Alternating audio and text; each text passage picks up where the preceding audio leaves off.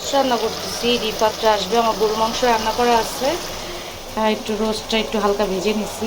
আর আমাদের জন্য ভাত করছি, এখানে চিংড়ি মাছ, বেগুন দিয়ে আলু দিয়ে, ইলিশ মাছ। সুরার বাবার অলরেডি খাওয়া শেষ, এই তো ভাত বসাই দিছি। দুপুরে রান্না করে খাওয়া দাওয়া করার পরে ভাবলাম যে এখন একটু পোলাওটা রান্না করে ফেলি। তো আমি আগে চালটাকে একটু ভেজে নিচ্ছি, ভেজে তারপর আমি আর কি গরম পানি দেই। তো চালটাকে ভালো করে ভাজতেছি আমি, আর পানি তো বসাই দিছি আমি কেতলিতে। আর ঈদের পরে এই আজকে প্রথম আমি আমার বাসায় পোলাও রাঁধতেছি। আর রোস্ট রাঁধছি ওদের জন্য। আর আমার মেয়ে ঈদের থেকে শুরু করে একটু রোস্ট দিয়ে ভাত খেতে পছন্দ করতেছে।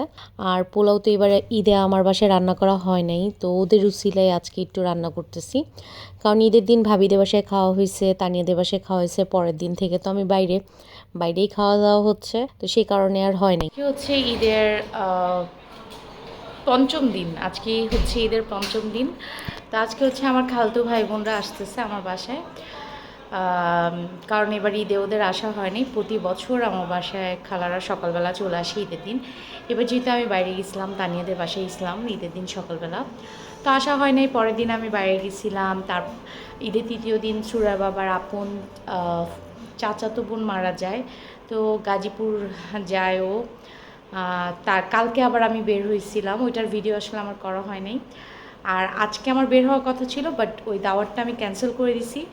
তো আমি ওদের যেহেতু সন্ধ্যার দিকে আসার কথা, তো আমি বলছি যে তোমরা বিকাল বিকাল রওনা দাও, যদি আর্লি আসতে পারো তাহলে আমরা সবাই একটু রিক্সা করে ঘুরবো। তো ওরা এখন রওনা দিতেছে। তো যাওয়ার আগে ভাবলাম যে একটু পোলাওটা রান্না করে যাই, কারণ দুপুরবেলা আমি রোস্ট করে ফেলছি আর গরু মাংস রান্না আছে। আর সুরা বাবা আর আমার জন্য হচ্ছে ইলিশ মাছ রান্না করছি আর লাল শাক রান্না করছি। তো এগুলো করে এখন সুরা আর আমি রেডি হব। ওরা কাছাকাছি এসে বলছে ফোন দিবে। রেডি হয়ে গেছে, তার খালামণি মামাদের আসা শুনেই সে রেডি। দূরে যাও। এই ড্রেসটা কে দিছে আম্মু বলো তো?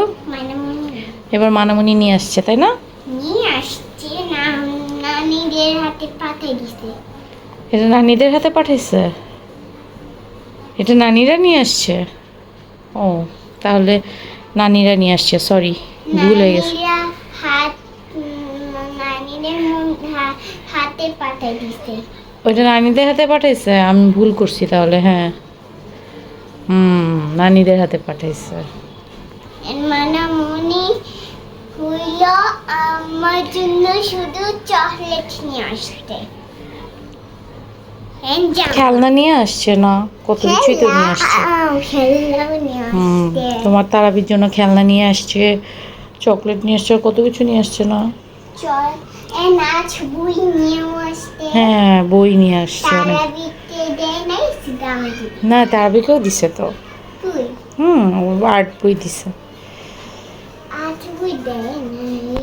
তো রিফাত, ইসরাত, রিয়ান চলে আসছে। আমি বললাম যে তোমরা আধা ঘন্টা রেস্ট নাও, যেহেতু এত দূর থেকে আসছো, দেন আমরা বের হই। তোরা তিনজন আসছে, খালা আসে নাই। তো এখন আমরা বের হচ্ছি। একটা অটো রিক্সা নিছি, আগে আমরা সুরার বাবার দোকানের ওদিকে যাব। ও বলছিল আমাদের সাথে যাবে, বের হবে, বাট একটা অটোতে তো আর হবে না, তো আমরা অটোটা ছেড়ে দিছি। দেন ওর দোকানে আগে আসছি। এখান থেকে ও আমাদেরকে বলতেছে যে চলো আমরা মোমো খেতে যাই, যেহেতু একসাথে তো আর রিক্সায় সবাই ঘুরতে পারবো না। তো চলো আমার পাশের গুলিতে মোমো খেতে যাই। তো আমরা মোমো খেতে আসছি। আর ইদানিং তো আমার কেন জানি খুব মোমোর প্রতি কেন জানি, মানে প্রতিদিনই আমার এখন কেন জানি মোমো খেতে ইচ্ছা করে। তো নূরজানুরে আসছি। এখানে আমরা বসতেছিলাম, কারণ ভিতরে হচ্ছে গিয়ে জায়গা ছিল না, ফিল আপ ছিল, তাই আমরা বাইরের সাইডে কিছুক্ষণ বসছি। বাট পরে আমরা আসলে ভিতরে ঢুকি, এবং আমার মেয়েকে বাইরে একটা বড় টেবিল ফ্যান সেট করে দিতে হয়, কারণ তার তো আবার গরম বেশি, তার গরম লাগতেছে। তো আমরা একটু ভিডিও করলাম, ছবি তুললাম। এখান থেকে সুরাবাবু বলতেছিল চলো তোমাদেরকে লালমাটিয়ায় নিয়ে যাব, লালমাটিয়ার ওইখানে গিয়ে আমরা দই ফুচকা খাবো। তো এই কয়দিন আমার এমন একটা অবস্থা হয়েছে যে আমার ভাত একদম ভালো লাগে না, মনে হয় যে আমি সারাদিন মোমোই খাই। তো প্রতিদিন আসলে আমার এখানে আসা হয় মোমো খেতে। মানে ঈদের চাঁদ রাত থেকে শুরু করে আমি টানা এখানে আসছি প্রতিদিন খেতে, একদিনও মিস হয়নি আমার। তো যাই হোক, বাসাতেও নিয়ে গেছি যেদিন আমি আসতে পাইনি ঈদের, আর পুরো রোজার মধ্যেই আসলে আমার এই মোমোটা খাওয়া হয়েছে। বাট চাঁদ রাত থেকে আমি প্রতিদিনই এই দোকানে এসে এসে আমি মোমো খাইছি। খাওয়া দাওয়ার পর এখন আমরা যাচ্ছি লালমাটিয়াতে। তো লালমাটিয়ার এই ভাইয়ার দই ফুচকাটা আমার অনেক বেশি পছন্দ। এখানে ইসরাতরা এর আগেও আসছিল, আমি ওদেরকে নিয়ে আসছিলাম, তো আজকেও নিয়ে আসলাম। ভাবলাম যে এখানে মোমো খেয়ে আমরা একটু পানশিতে যাব। তো ভাইয়ার হাতে দই ফুচকাটা আসলেই মজা, উনি দইটা নিজেই বানায়, ঘরে তৈরি করে, আর ওনার ফুচকাটাও বেশ মজা।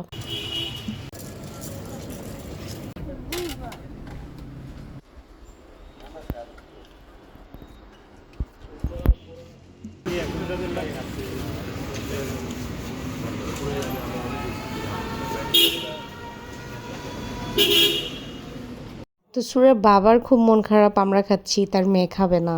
তার মেয়েকে আসলে আমি এটা দেই না, তার মেয়ে বলতেছি, মানে আমার মেয়েকে আমি দেই না বাইরের ফুচকা।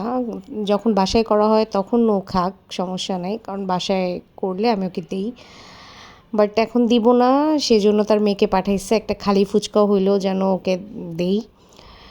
তো সুরাকে খালি ফুচকা দেওয়া হয়েছে, আর সুরা বাবা তো খাবে না, আমরাই খাচ্ছি তিনজন, আমি, ইসরাত, রিয়ান আর হচ্ছে রিফাত। তো খাওয়া দাওয়ার পরে আমরা ভাবলাম একটু লেকে যাব, লেকে গিয়ে একটু কিছুক্ষণ থেকে দেন বাসার দিকে চলে যাব। তো এখান থেকে আমরা পানশিতে আসছি। এখানে সুরা কচ্ছপ দেখে খুব খুশি হয়ে গেছে, আর ছোট ছোট এখানে অনেকগুলা মাছ ছিল। তো ও আবার দাঁড়ায় দাঁড়ায় ওগুলা দেখতেছিল, ও আর রিয়ান।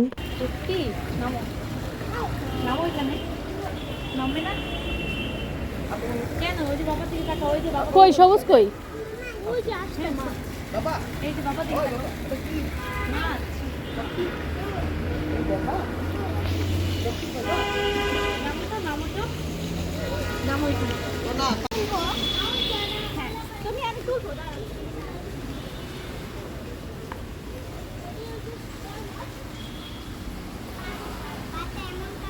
পাটা এমন করবে? হাই, পাটা ব্যাখ্যা করতে বলছে তোমাকে। না না, কি বলে, পাটা এমন করো।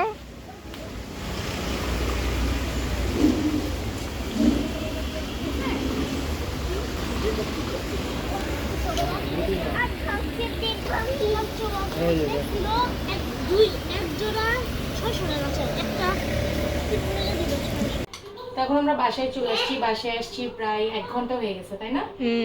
তো এখন তো বাজে রাত 11, 11:30 মতন। তো এখন সবাইকে আমি ভাত দিতেছি। তো আজকে কি রান্না করছি সেটা তো দুপুরে দেখাইছি। এখানে হচ্ছে ইলিশ মাছ বেগুন দিয়ে, লাল শাক, এটা হচ্ছে রোস্ট, আর হচ্ছে গরু মাংস হচ্ছে চুলায় গরম হচ্ছে, গরু মাংস আছে চুলায়। তো এখন সবাই আমরা একসাথে খাবো। এখনো সুরা বাবা আসে নাই, ও রাস্তাতে, ও আসতেছে। তো যেহেতু পিচ্চিদের খিদা লেগে গেছে, তো ওদেরকে আগে দিয়ে দিচ্ছি।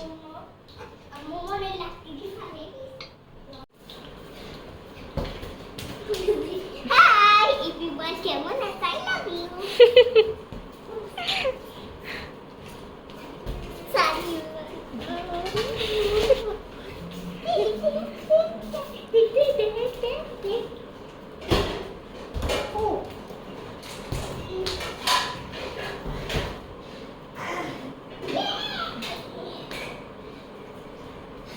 তো আজকে যেহেতু পোলাও রান্নাবো শুনছে, তো আমাকে আগেই বলছে, শাক এনে দিছে, যে আজকে কিন্তু শাক রান্না করবা, মাছ রান্না করবা, কারণ আমি ওগুলো খাবো না।